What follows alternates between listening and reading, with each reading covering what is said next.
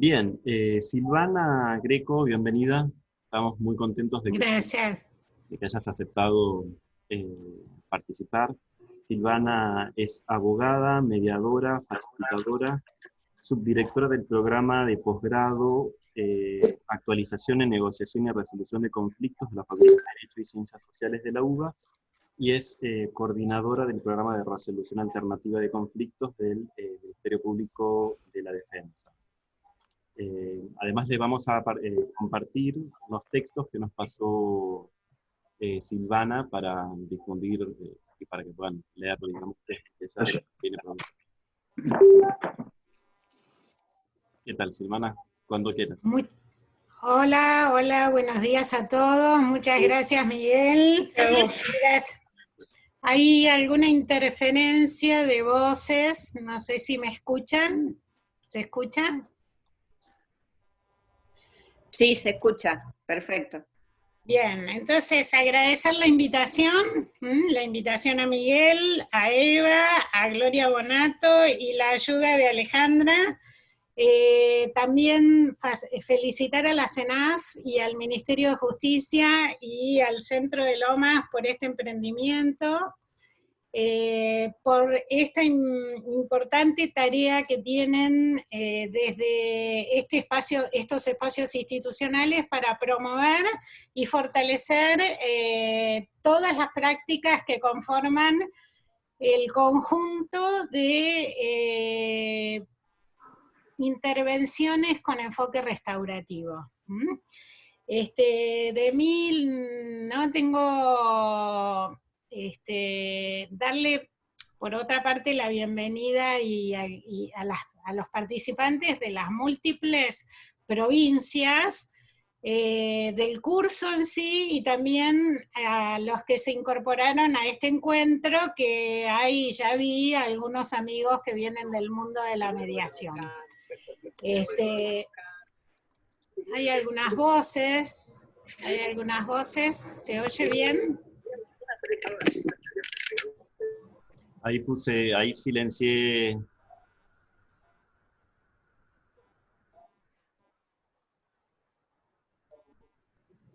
Ahí está. Ahí silencié a todos menos a otros. La idea entonces, como dijo Miguel, es poner en común algunos conceptos que nos hacen a la definición de este enfoque, que es el enfoque restaurativo, y después compartir el trabajo que hacemos desde el Programa de Resolución Alternativa de Conflictos de la Defensoría General de la Nación, y algunos casos con prácticas concretas desde la mediación con enfoque restaurativo. Si querés, Miguel, compartimos el Power, las filminas por la pantalla, más allá de que yo tengo mis notas y también las láminas en la otra computadora.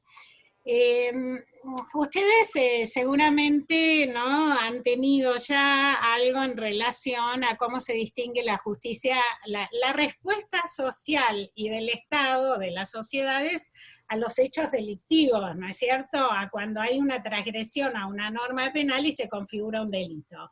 Las respuestas son al menos dos grandes respuestas: la retributiva, ¿no?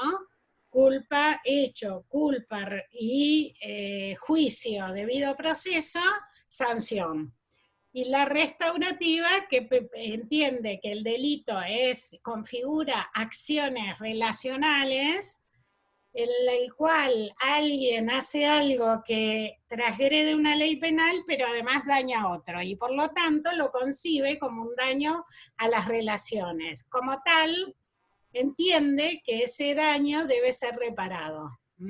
Entonces, digamos, el enfoque restaurativo atiende o tiene una lógica, ¿no?, de enfocar la respuesta a estas situaciones en que se transgrede la norma y se daña a otro de una manera bastante diferente. Muchas veces, cuando los programas restaurativos o que buscan respuesta restaurativa está muy pegado al sistema penal, la lógica del sistema penal, ¿no?, y los supuestos de violación a la norma, delito, culpa, atribución de responsabilidad y sanción, empiezan a permear también las prácticas restaurativas. Así que a mí me interesaba hoy traer para compartir algunas distinciones que yo fui elaborando este tiempo de trabajo para distinguir estas prácticas, ¿no? Más allá de los nombres que se le pongan.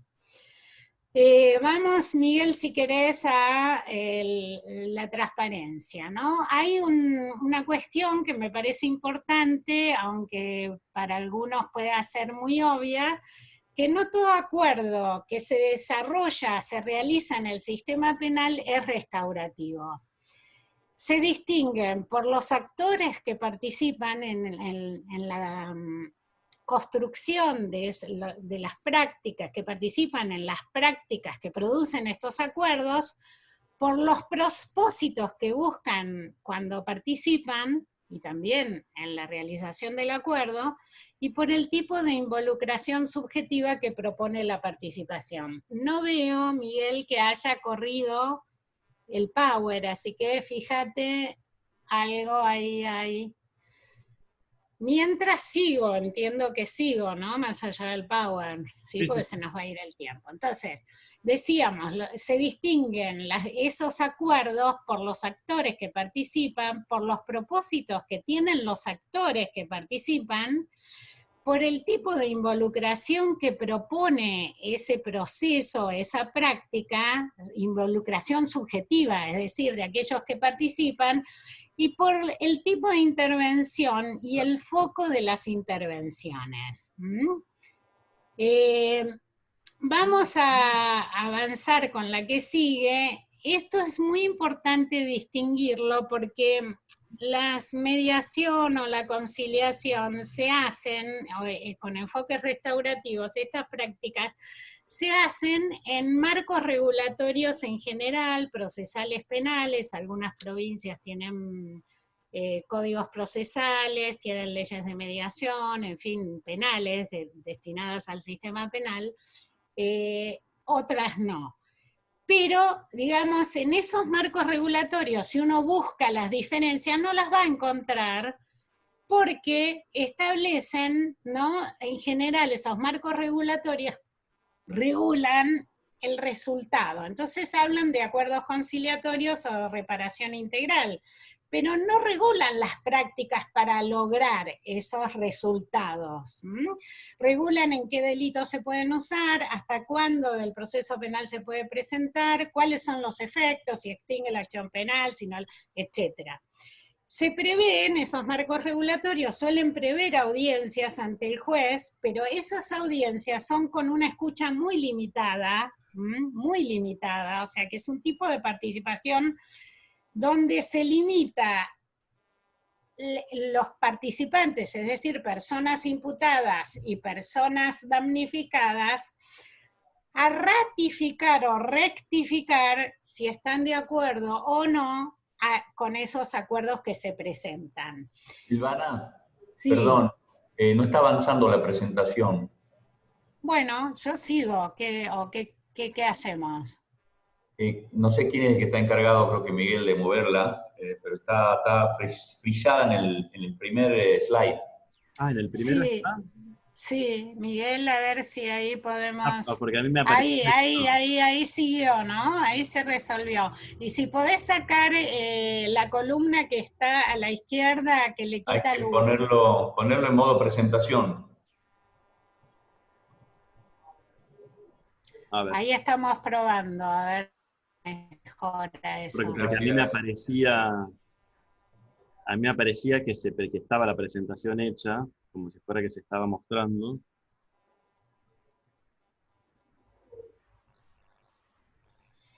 Ahí corrió, ¿no? Corrió, ahí, ahora va bien, ahora va bien. Entonces, retomamos. Los marcos, gracias por avisar, los marcos regulatorios entonces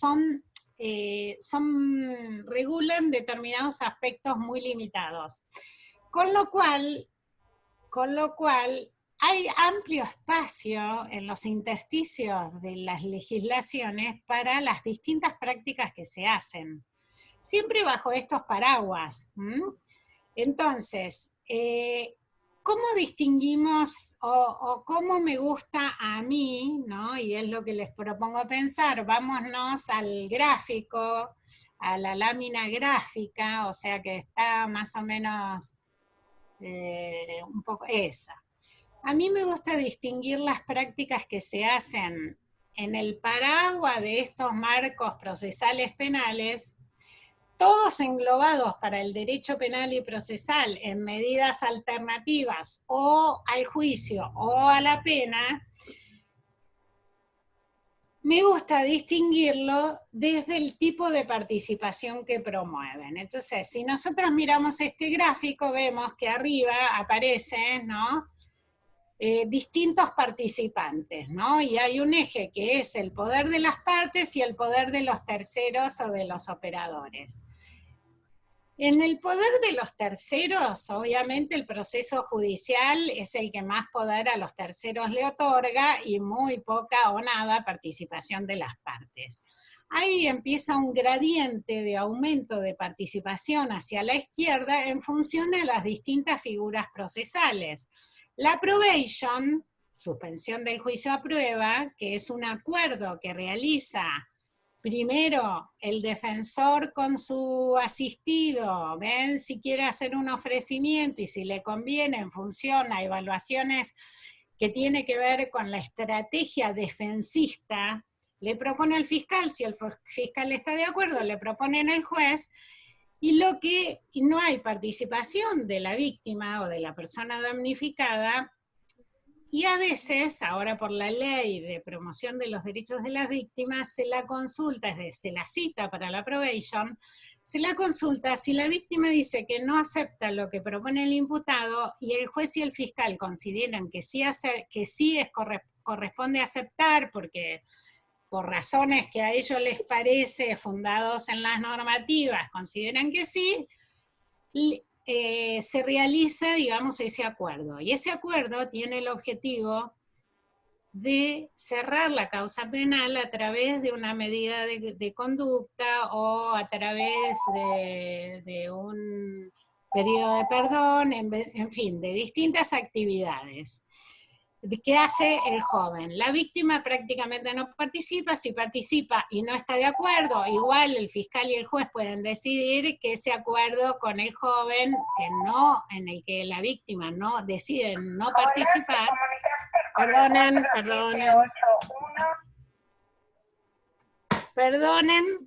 la tecnología me invadió la casa. Un gradiente más de participación lo da la conciliación y la reparación integral. ¿Por qué da un gradiente más? Por eso abarca la parte del eje de poder de las partes, ven que va aumentando. ¿Por qué? Porque la víctima tiene participación en la conciliación, también en la reparación integral. A veces los defensores habían planteado que cuando el imputado ofrecía una reparación integral, la conformidad de la persona damnificada no era importante, pero perdieron esa batalla por el significado y hay fallos de casación, en fin, esto lo van a ver con personas expertas en los temas. Entonces, generan acuerdos conciliatorios o de reparación integral donde la víctima es consultada y debe dar su consentimiento y el acuerdo es bilateral.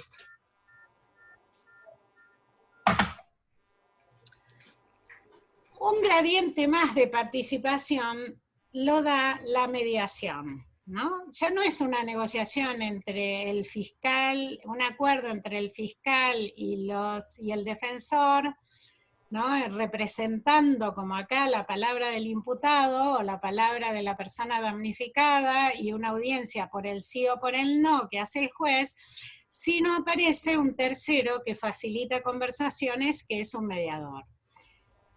Ahora, si las partes, las personas que participan, lo que quieren es una reparación, y no tienen interés en hacer un proceso de otro tipo que implique otro nivel de implicación, se hacen acuerdos, ¿no?, que están realizados a través de un proceso de conversaciones donde participan las personas imputadas y la persona damnificada individualmente a través de lo que se llama premediación y después en reuniones conjuntas donde ellos van a decidir qué tipo de reparación es una reparación que les repare, ¿no? Y qué tipo de cosa quiere ofrecer el imputado. Es decir, las conversaciones o la participación es diferente en el proceso cualitativo de implicación subjetiva de las personas.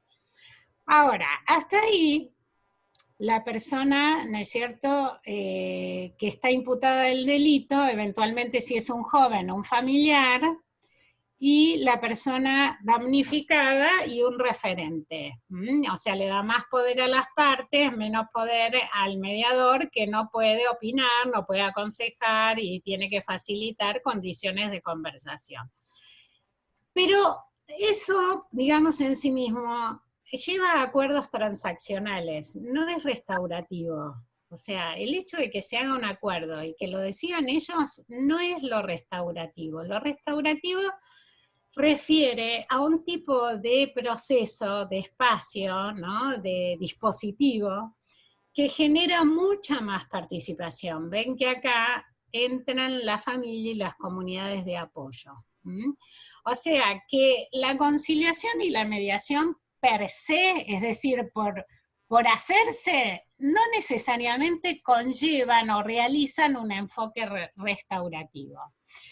Entonces, ni las medidas alternativas a la pena, ni las medidas alternativas al juicio en sus regulaciones procesales penales es lo mismo que realizan acuerdos, lo mismo que restaurativo, ni la conciliación ni la mediación, salvo que se realicen con un enfoque, que es el que vamos a explicar mejor, son restaurativos. O sea que para mí esto es muy importante de entender, porque se está llamando restaurativo a acuerdos que son meramente transaccionales. Entonces, en relación a la participación, este es un eje para mí de distinción. ¿Quiénes participan? ¿Cómo participan? ¿Qué hace el operador que participa? ¿Sugiere, no sugiere? ¿Genera condiciones para que ellos se apropien y decidan? Son tipos de participación muy diferentes. Sigamos a lo que sigue. Otra distinción, si querés avanzar, otra distinción es el tipo de meta y propósitos que se proponen cuando se participan. En los acuerdos transaccionales, entre la persona imputada y la persona damnificada, lo que se busca es dar un cierre rápido, lo más rápido posible, mediante una reparación acordada con la persona presunta damnificada, que son prácticas muy importantes si satisfacen lo que esas personas quieren. Muchas veces las personas solo quieren algo rápido, no quieren saber más nada, no quieren conocerse, y sí quieren una reparación, la persona damnificada y el joven o la familia del joven. Yo he tenido un caso donde el padre a toda costa quería reparar y que al chico, digamos, se le cierre la causa, y no había manera de que ellos, digamos, aceptasen participar en otro tipo de proceso. Entonces, la meta es transaccional, es conseguir instrumentalmente esto, cerrar la causa penal y reparar a la víctima. Los diálogos o compromisos restaurativos tienen una meta bastante diferente. O sea, tienen que proponer una travesía para que los sujetos puedan ejercitar y desarrollar su capacidad narrativa. ¿Qué quiere decir? Para que escuchen, se piensen, recuperen su voz, la voz que han delegado en el defensor, en el fiscal, en el sistema penal, que se apropia de, digamos, se apropia de la voz y los representan, ¿no es cierto?, los técnicos. Entonces, que puedan recuperar su voz, que puedan escuchar, pensarse, reconocer al otro, pensar en el otro, ¿viste? Me pienso yo, mira, me mandé esta macana, o transgredí la ley, dañé a otro, yo me pienso, ¿no? Y me pienso en relación a muchos aspectos. Bueno, ¿y qué me pasa a mí? ¿Qué me pasó? ¿No? ¿Qué pasa? ¿Qué me pasa a mí? Que voy a buscar la transgresión como una manera de decir lo que necesito en la adolescencia, ¿no? Hablo a través de las transgresiones, a través de lo que no hago, a través de forzar límites sociales, escolares, familiares, en los que sea. Entonces, se recupera, se piensa, sí. Esto tiene algo que ver con lo que vos en unos textos tuyos denominás como lo transformativo que tiene la justicia restaurativa, a diferencia de los acuerdos meramente como transaccionales. Sí, porque en la justicia restaurativa tiene que trabajar en la transformación de los relacionamientos del joven y también de la persona damnificada, ¿no? Entonces, se trabaja desde un enfoque transformativo. Entonces, tiene que poder pensarse a sí mismo, en su historia, en su relación con su familia, en su relación con sus amigos, en su relación con la escuela. La víctima tiene que poder pensarse en relación a lo que necesita, en relación a ¿cómo le parece a ella que sería una buena manera de tratar esto que le pasó? Y si fuera, además, a pensarse como ciudadana, ¿no? Además de lo que ella necesita, ¿cómo le gustaría que la sociedad responda a esta situación? Es decir, que tiene que pensarse a sí mismo en relación al otro y a sí mismo desde su posición de sujeto social, es decir, en relación a lo que le pide al sistema penal, por decirlo.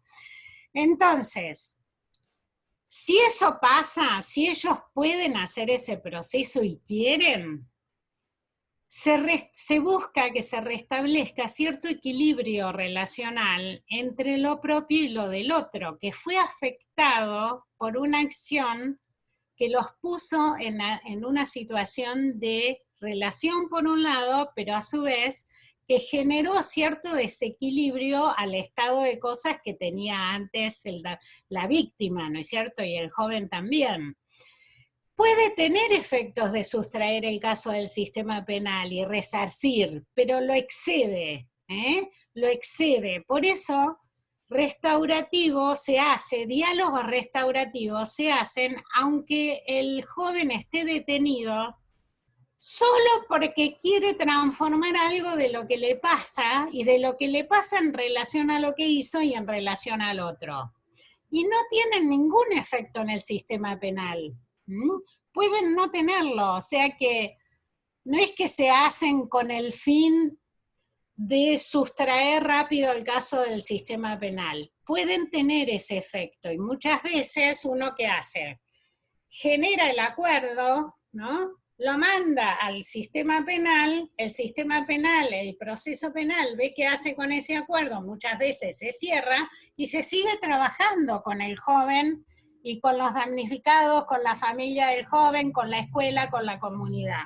O sea, hay como, digamos, cortes que se hace en esta travesía restaurativa donde hay información y resultados que se le da al proceso penal mientras se sigue trabajando de otra manera.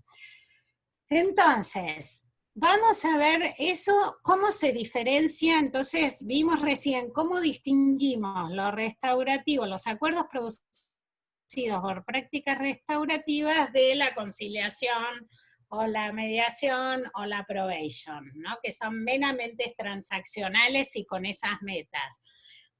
Yo hice un esfuerzo por distinguirlo también, ¿no? De las intervenciones socioeducativas, porque también se generó mucha confusión, ¿no? Porque hay muchos operadores de distintas disciplinas que convergen cuando hay una causa penal abierta, convergen en el trabajo con el joven. Pero si no distinguimos lo que hacemos, perdemos la complejidad de articular distintas prácticas que puede darle una respuesta más integral. Así que hice un esfuerzo y ahora comparto con ustedes la filmina que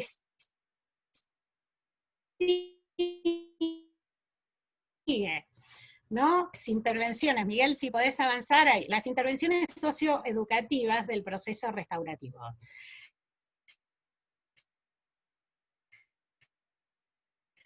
En general, como activas, lo que se hace, los equipos que hacen, ¿no? Análisis descriptivos o evaluativos que se utilizan para hacer como un diagnóstico del nivel de acceso a los derechos, de las situaciones que hay de vulneración de derechos y de las barreras para que los jóvenes accedan a esos derechos. Entonces, suponete, se va a la escuela, porque la escuela lo expulsa al pibe, porque el pibe renovó, porque repitió. Entonces van y hablan con el rector, y hablan con el docente, es decir, el acceso al derecho, ¿no? Tratar de disuadir barreras que dificultan que ese joven siga con la escolaridad.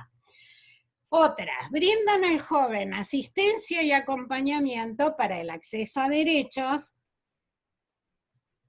para que promuevan en el joven pautas para la inclusión social, ¿no? Entonces, suponete, hacen toda la gestión de buscar en la CESAC un turno para el joven que tiene problemas de adicción, ¿no? En el centro de salud de su barrio, y hacen el enlace, hacen una cantidad de acciones de sostén y acompañamiento para disuadir las barreras de acceso a derechos.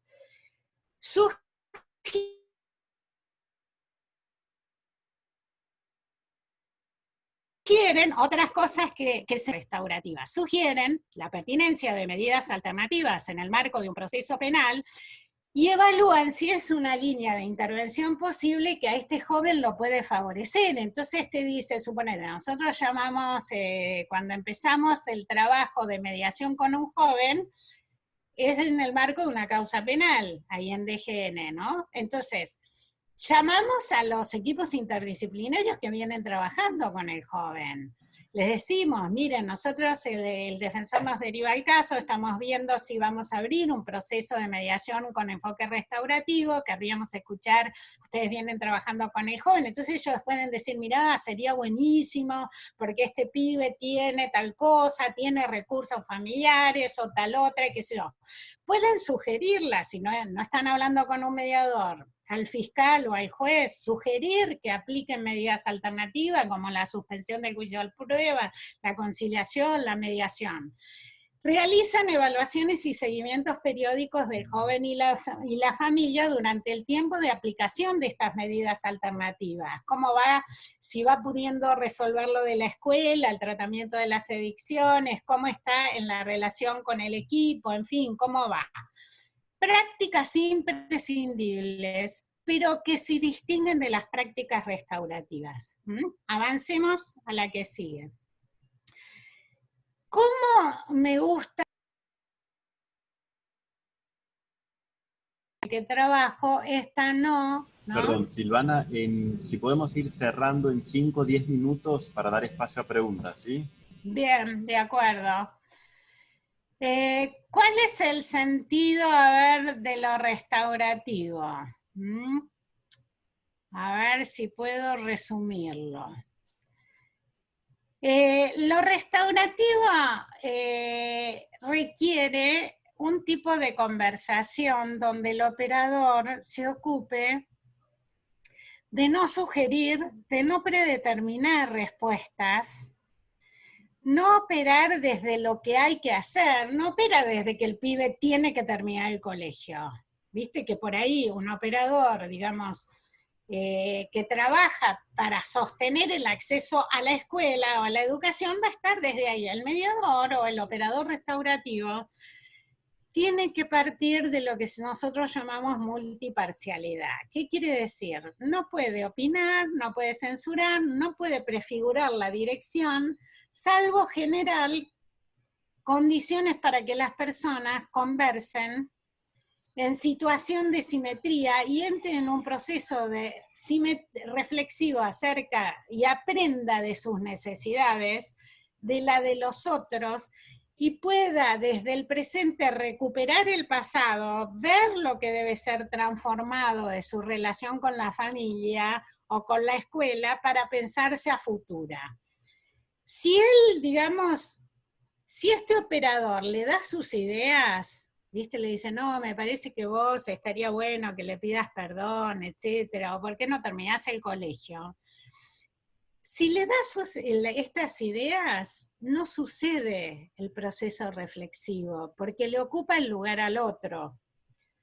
Entonces, restauración la entendemos como una práctica conversacional. Si querés avanzar, la filmina siguiente requiere entender el valor de la participación como un diálogo, como espacio social donde sujetos también sociales puedan hablar, ser escuchados, desplegar su voz. El diálogo en el sentido de versar con otro, sin sustitución por otro, ni imposición de una idea, ni colonización de algún discurso moral o jurídico que se vuelva dominante. Entonces, quisiera, ¿no?, decir un par de cosas. Una es el uso del perdón, que se me ponen los pelos de punta cuando escucho cómo se usa el perdón. Pero el perdón, si querés avanzar, como práctica relacional, el perdón, yo la distingo, una cosa es el perdón como una práctica interpersonal, relacional, entre personas, donde hay una que reconoce que dañó a otra y otra que reconoce ser dañado, del uso del perdón como una práctica institucional en el sistema penal. En el sistema penal aparece el perdón ligado más ligado a órdenes religiosos o jurídicos punitivos, donde la transgresión es mala, equivale a un mal. Genera una culpa, ¿no?, que debe ser redimida, y el perdón se realiza como una especie de ritual de sanción en una ceremonia pública ante la autoridad. Porque el sujeto y la culpa deben ser transmutados, ¿no? El sistema penal, por eso, ojo con los círculos de diálogo restaurativo cuando interviene el juez, intervienen los operadores y el pibe se le hace pedir perdón, o la víctima va y pide perdón. Son actos simbólicos, públicos, interesantes, pero en realidad es otra cosa. Hay otro sentido del uso del perdón como práctica relacional, que es un enfoque restaurativo donde hay personas situadas en una relación X y consideran que han producido un daño al otro y, como decía, el otro entiende que ha sido dañado. Es un acto de ejercicio de la propia conciencia, de decisión íntima, que no debería volverse nunca normalizado ni normalizante. No puede estar prefigurado por un contexto. Si hay un contexto de una audiencia en un juzgado penal o en la defensoría o en la fiscalía, donde el chico sabe que esperan de él que pida perdón, y el chico va a pedir perdón, pero no tiene nada que ver con un acto de conexión genuina desde lo humano con el otro. Un acto profundamente humano, de conciencia es el perdón. Entonces, yo terminaría con otro concepto y abrimos a preguntas. Yes, no me dio tiempo nuestro trabajo acá. Prácticas, ¿cómo defino yo lo restaurativo y cómo hacemos cuando hacemos desde el programa de resolución de conflictos? Son para nosotros prácticas dialógicas, de diálogo, es decir, donde hay conversación de aprendizaje, no de debate, de aprendizaje, con enfoque restaurativo en el sentido de un abordaje que al sujeto lo debe poner en relación a su propia capacidad electiva, porque si hace conciencia de los efectos de vivir en relación, de los actos, si puede aprender que sus actos generan efectos y hacerse consciente de eso, él se vuelve más libre. Puede responsabilizarse, ¿no? Responder ante otros. Y también desvictimizarse. Lo mismo para la persona damnificada. Escuchar para hablar, no escuchar o hablar para monologar. Poner en palabras propias donde hubo actos y actuación es también un ejercicio de la capacidad narrativa de los jóvenes y las personas damnificadas, capacidad que está totalmente reducido cuando se entra al sistema penal. O sea, no hay palabras, las palabras son desde un enfoque, la pena y el delito están de un enfoque cuantificado, de un enfoque de cantidad de años, no importa el proceso subjetivo, y tiene la capacidad de secuestrar el uso de la palabra al sistema penal. No se habla de personas, entonces te dice, y el imputado y la víctima. No por haber sido dañado por un delito uno tiene una posición subjetiva de víctima. Uno escucha a las personas damnificadas y dicen, mira, yo lo que quiero es hablar con este chico, no porque yo me sienta dañado, sino porque primero lo quiero conocer y quiero decirle, la otra vez una señora me decía, el chico había robado la cartera a su hija una tarde y a la madre, la hija era menor, me dice, yo miré, me dice cuando la llamó a la madre, me dice, yo practico el budismo, yo quiero con este chico, yo sé que ellos hacen lo que hacen porque el medio y la historia personal los lleva. Yo quiero hablarle del budismo, porque yo en el budismo encontré una transformación personal. Entonces, esta mujer no tenía posición de víctima, a pesar de que le habían robado la cartera a la hija. Está bien que en el proceso interviene la hija, y ella interviene también, pero digamos, cada una en su voz y cómo se vive. O sea, a lo que voy. El sistema penal llama, rotula, imputado, víctima, delito en vez de conflicto y relacionamiento. En fin, secuestra el uso de la palabra para sustituirla por un lenguaje rotulante, estigmatizante y limitante de las relaciones humanas. Bueno, si querés abrimos a las preguntas, me queda, lamento y pido disculpas por el mal uso del tiempo que hice, porque quería contar casos y no dio, pero bueno, me parece bien que ahora podamos escuchar preguntas. No, está perfecto, Silvana, y fuiste súper clara. Una de las preguntas que hacían es si se aplica justicia restaurativa a todos los delitos.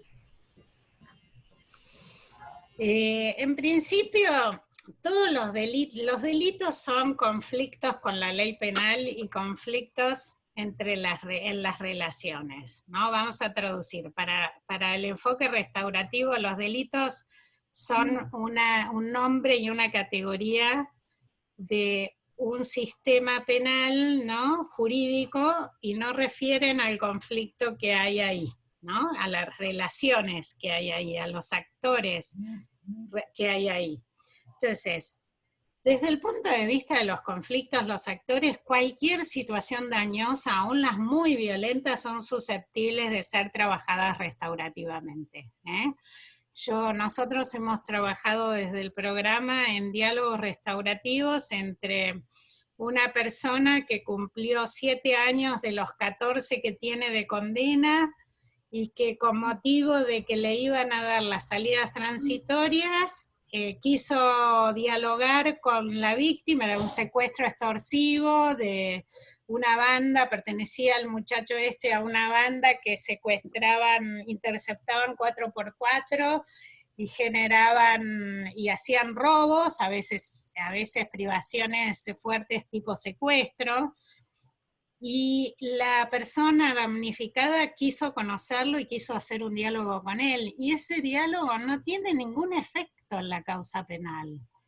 O sea, lo restaurativo es justamente el dispositivo para trabajar delitos muy violentos. se pueden trabajar perfectamente, y no necesariamente para condonar la pena, sino a veces totalmente paralelas y simultáneas, sin efecto. Pero se la usa, y se usa más cuando es usado para impactar en la causa penal en delitos más leves, ¿no? Y en delitos.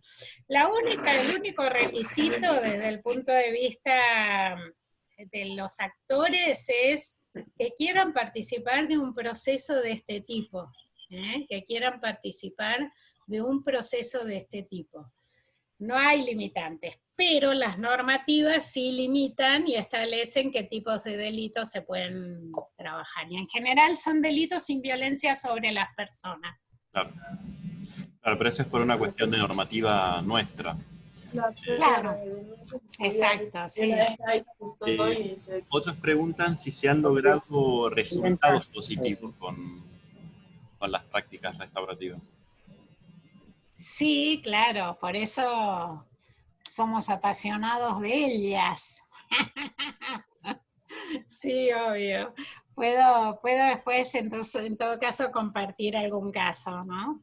Son muy interesantes para cuando el joven pertenece a un colectivo. Suponete que hay daños o situaciones que configuran delitos en las escuelas, o en la comunidad, porque pertenecen a un grupo, ¿no? Tanto las personas damnificadas como el joven.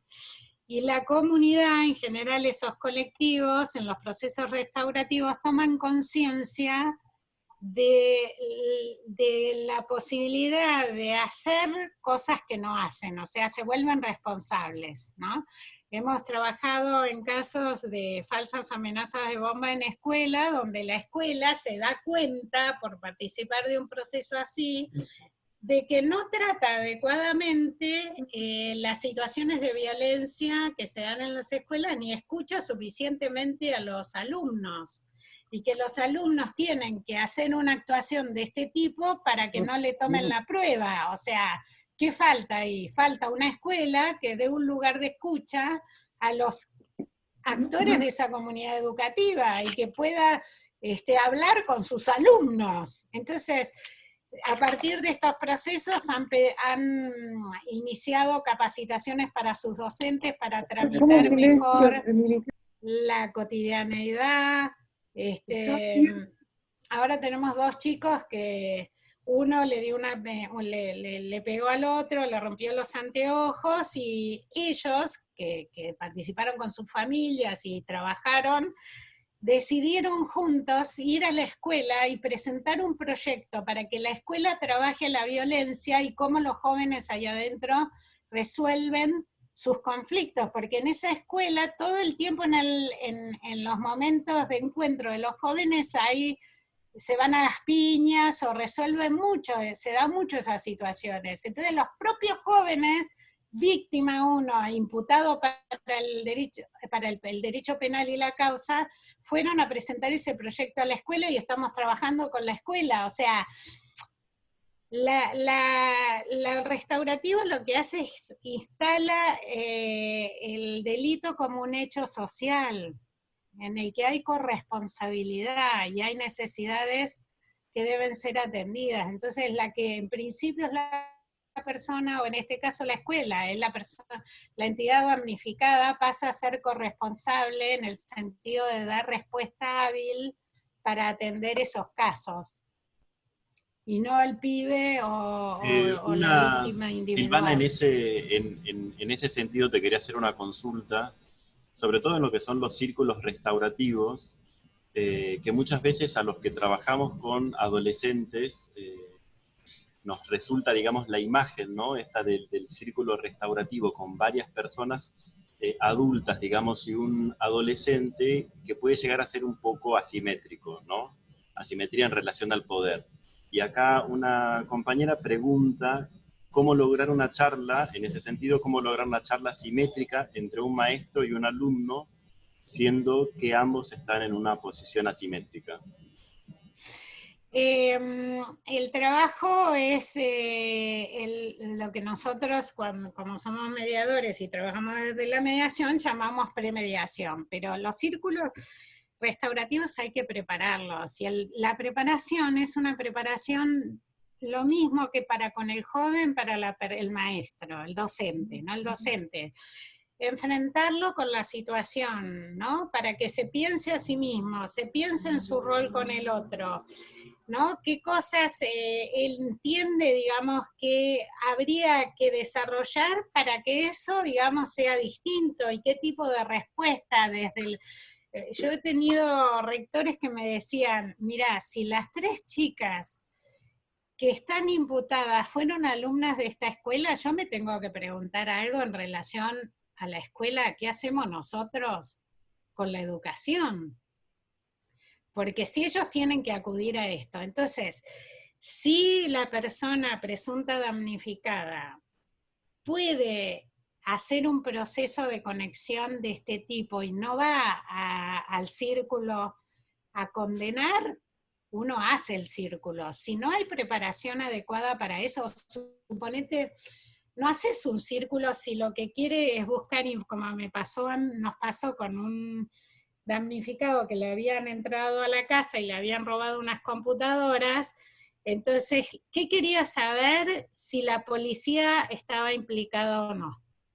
Quería ir al encuentro con el chico, que el chico además estaba detenido, no con el fin de conectarse con la acción, de ver quién es el otro y en todo caso decirle lo que para él sería necesario que haga para que él se sienta reparado.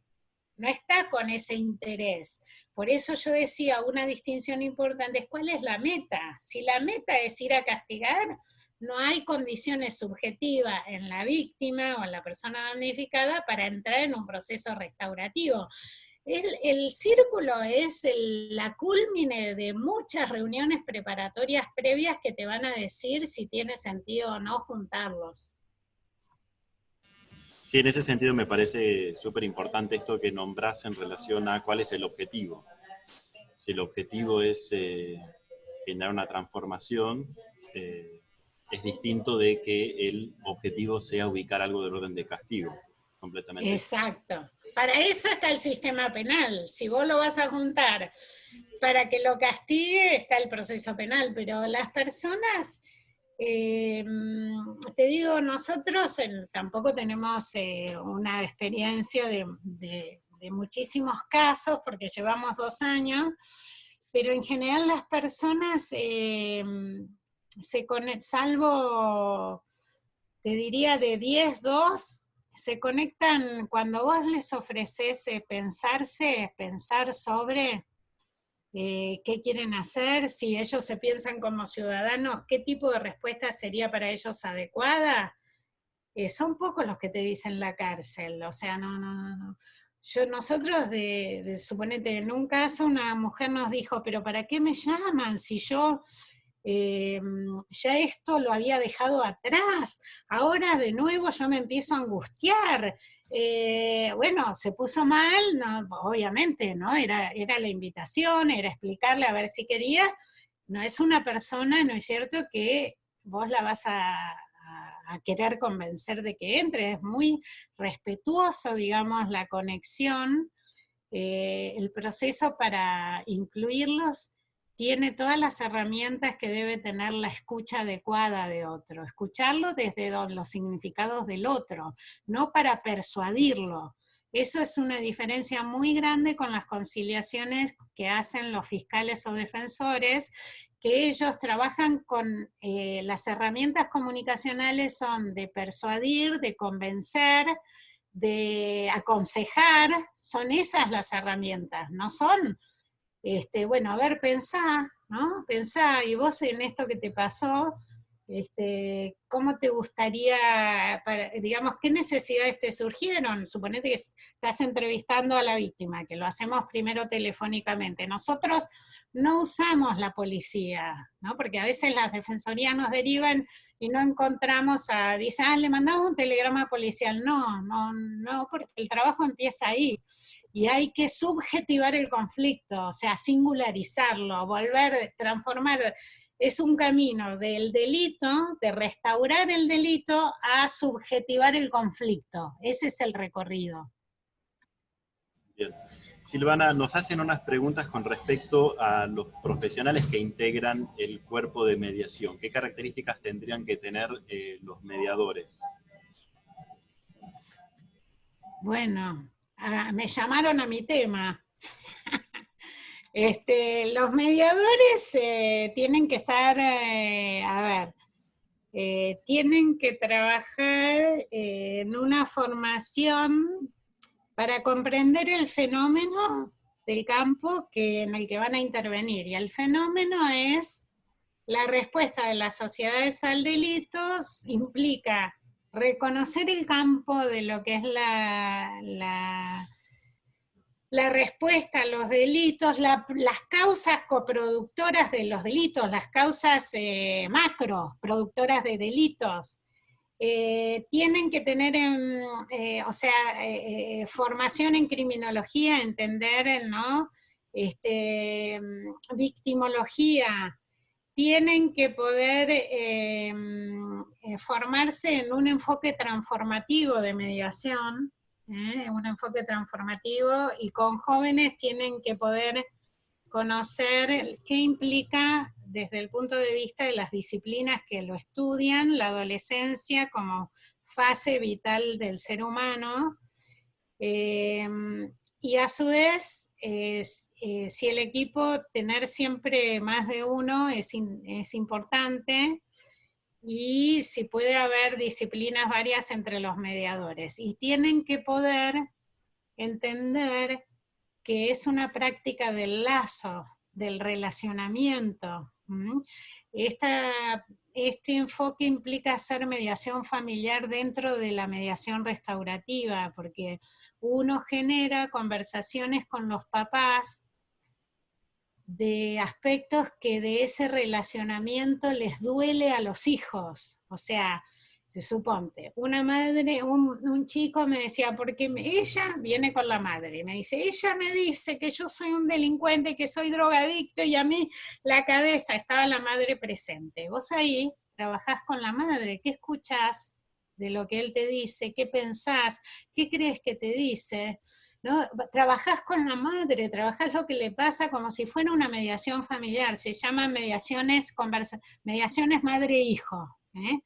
Entonces viene con el hermano, tiene, ¿no?, el caso de dos chiquitas que habían puesto estaban imputadas por amenaza de bomba, no se hablaban, vivían juntas. Aparece todo un conflicto familiar que viven las tres hermanas con los dos padres, estando los dos padres separados, viven 4 años juntos en la casa, o sea que tuvimos que abrir el trabajo con esos papás, conversaciones de esas hijas, hermanas entre ellas, o sea que se abre una cantidad de conversaciones, no sé de qué motivó para que yo me vaya para allá, para este lado, pero estábamos en las formaciones. Sí, en las características de los mediadores, pero y también focalizado porque preguntaba, porque en la experiencia que tiene en San Juan, según la persona que preguntaba, el cuerpo de mediadores lo integran los abogados. Entonces me parece que la pregunta iba a si puede haber mediadores que sean de otras profesiones, ¿no? De psicología. Mediadores de distintas profesiones es importante, pero la formación específica, en adolescencia, en análisis macro en relación a la causalidad de los delitos, o sea, vos no vas a poder facilitar que un chico que roba un celular pueda pensarse si vos no sabés que los robos de celulares se arman como una cadena de negocios, que por cada pibe que encarcelan es reemplazado en esa cadena de negocios por otro pibe, no reduce porque lo encarcela. Si vos no manejás información y estudiás esas cosas, vas a llenar toda la escucha a los pibes como si fuera un problema individual. O sea, tenés que poder entender, o sea, tampoco el mediador psicólogo garantiza nada, o el mediador trabajador social. Se necesita que estén formados en el fenómeno en el que intervienen. Y con jóvenes... Entiendo, Silvana, que hay algunas jurisdicciones que sí circunscriben el campo de la mediación a algunas profesiones, ¿no? Recuerdo haber leído algunas leyes provinciales donde especifican que el mediador tiene que ser abogado. Sí, Bueno, las legislaciones ahí, viste, todo lo que es mediación ligada a los tribunales, y las penales también lo son, ha tendido a darle preeminencia al mediador abogado, pero acá se va a tener que ampliar con con la intervención de otros equipos. Tiene que ser un mediador que sepa que es la cultura del lazo, y que el lazo quiere decir darle lugar a los otros operadores, porque los que hacen intervenciones socioeducativas, hay que poder trabajar con ellos articuladamente, o con los servicios de salud, o con la escuela, o con la salud, educación, o suponete con los otros operadores de los equipos interdisciplinarios de los juzgados. Si es un mediador que no puede ejercitar los diálogos con los que intervienen con el chico, no le va a ir muy bien, porque la mediación no está sola. Acá es intersectorial, tienen que estar la educación, la salud, la justicia y también el desarrollo social. Todos los operadores tienen que poder articularse. Claro. Una pregunta interesante que nos hacen que te hacen, mejor dicho, es en la práctica, ¿cuáles serían los pasos para llevar a cabo un proceso de mediación restaurativa? Bueno, me voy a ordenar, ¿no? Me voy a ordenar un poquito con mis PowerPoint.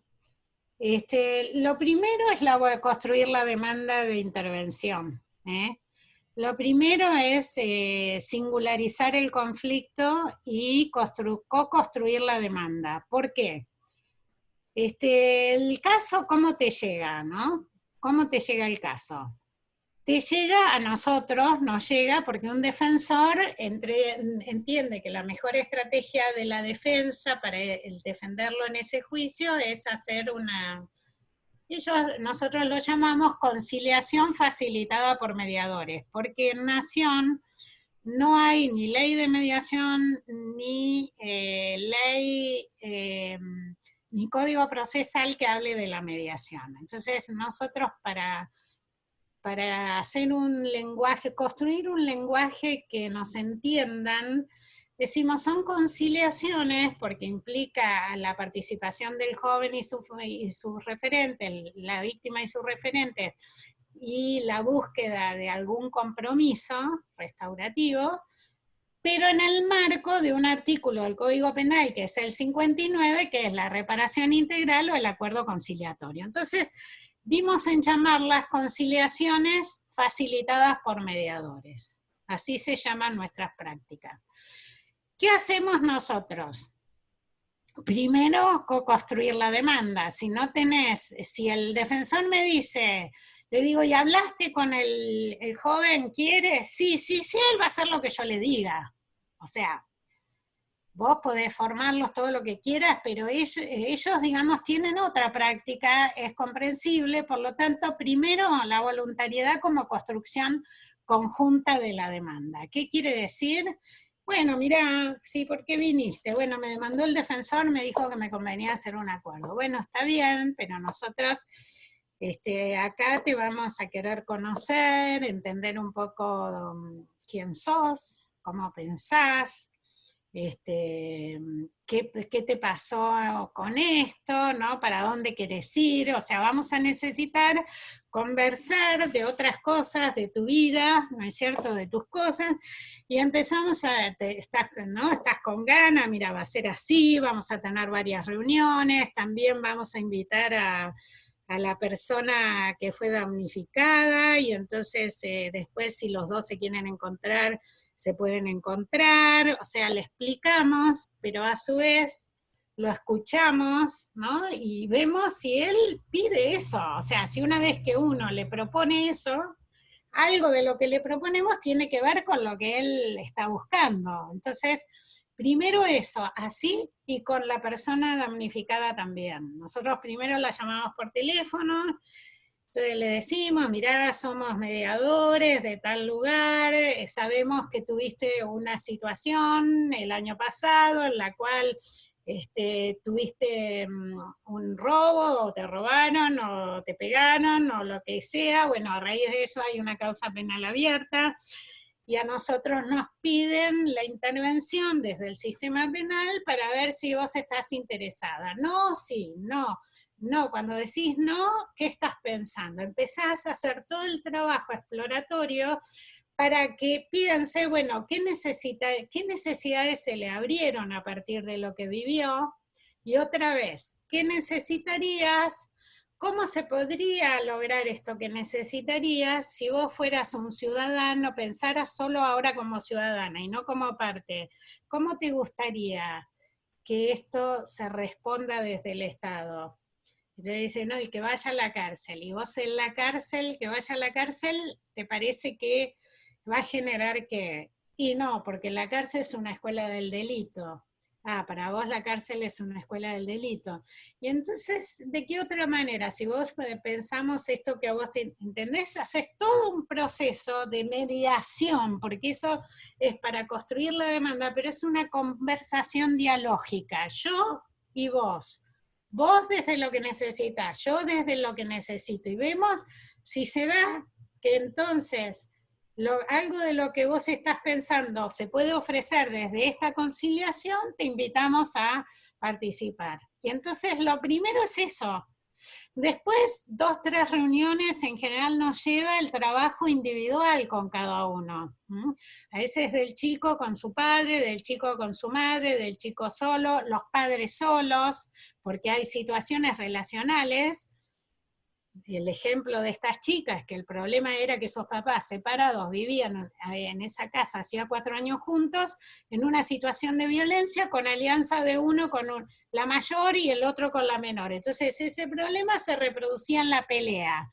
La pelea entre ellas dos llevó a que tengan estrategias distintas en la causa penal y las imputen a las dos, en fin, y que a su vez no se hablen entre ellas. Imagínate, si una, digamos, es sobreseída y la otra no, esas hermanas no remontan nunca esa relación personal. Bueno, ¿qué decir? Se usa el teléfono para entrevistas telefónicas, después entrevistas presenciales individuales, eso nosotros lo metemos en el marco de lo que se llama la premediación, y después, si ellos quieren, se realizan los encuentros. Y después de los encuentros se plasma, si eso les va a servir al defensor para defender, se plasma en un acuerdo que se manda al defensor, y el defensor lo presenta al juez y el juez lo homologa. En general, cuando es como crónica de un éxito anunciado, porque el defensor cuando nos pidió ya habló con el fiscal y con el juez que le va a dar valor a ese acuerdo. Si no, digamos, el proceso restaurativo se puede seguir haciendo, pero sin tener efectos ahí. Bueno, Silvana, una última pregunta que me pareció interesante, digo, en el marco del aislamiento social preventivo y obligatorio, ¿cómo se lleva a cabo la mediación? ¿O se puede pensar, digamos, en procesos restaurativos en este? Bueno, la verdad que yo debo decir que cambié bastante lo que pensaba. Siempre pensé que mediación no se puede enseñar online, ni formarse online a distancia. Pero ahora estoy cambiando porque veo que, bueno, es la única manera y que uno se adapta y fuerza también un poco los límites. Pero nosotros ahora retomamos un pedido de un defensor, de una persona que está imputada por una estafa porque se quedó con dinero de la cuenta bancaria de otro, y hoy está en Córdoba una y en Puerto Madryn el otro. Y bueno, hicimos la conexión telefónica y están interesados. Y ahora tenemos planificada para hoy por Zoom, en realidad tienen celulares, no tienen computadoras, y vamos a hacer por WhatsApp, por vía WhatsApp con video, vamos a hacer una entrevista individual con cada uno, y si los dos se quieren encontrar, quieren hablar, quieren escucharse, así que lo haremos por Zoom. No hay todavía evaluaciones, ¿no es cierto?, de las prácticas estas, pero bueno, qué sé yo, es lo único que se puede hacer y lo vamos a hacer. Hay pérdida, ¿no es cierto?, al no ser presencial, de cosas que solo suceden con los cuerpos presentes. Pero bueno. Silvana, muchísimas gracias por haber aceptado la invitación nuestra. Me parece que fuiste súper clara y las dudas que fueron realizando también fueron súper pertinentes, así que bueno, te agradecemos. Si quieres decir algo. Bueno, decirles que me gustó mucho compartir este espacio. Creo que es estos encuentros generan siempre repensar cosas, repensar lo que uno viene haciendo, así que les agradezco a ustedes por haberme invitado y a todos los que participaron, a todos. Y a su vez que sigan, a los que les interesa que busquen y sigan, porque esto es transformativo de las relaciones.